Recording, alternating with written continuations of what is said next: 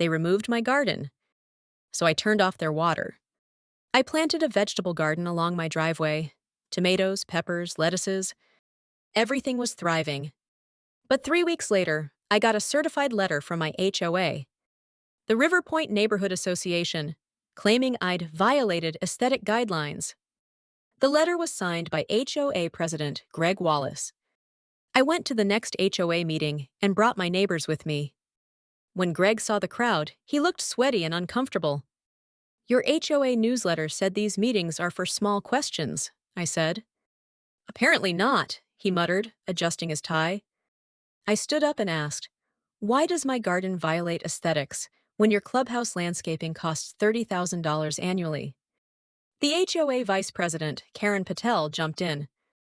"Our rules require uniformity, Miss Moreno, and your garden looks amateurish."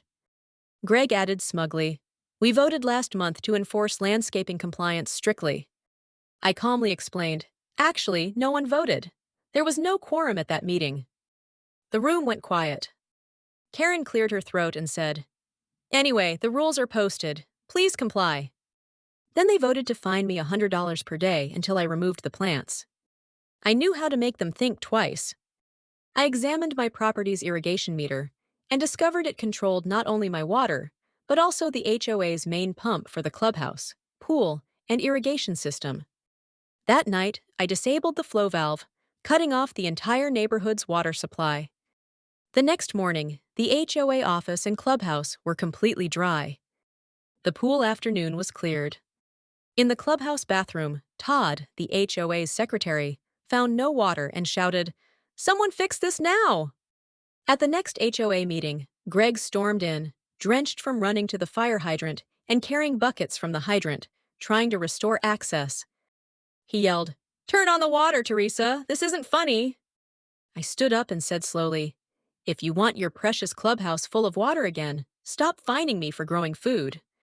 Greg froze, then stammered. Karen whispered into his ear, and his face turned red. He finally blurted out, all right, the fines will cease. Keep your garden." The community clapped, and Greg slumped into his chair, defeated. When I checked my plants later, they were fine. The HOA had restored the water, and I had officially saved $100 a day in future aesthetic fines. After that, the HOA quietly changed their landscape rules to allow edible plants. Greg never looked at me the same way again. The neighborhood feels different now. I had turned the tide against the HOA, and I was ready for whatever came next.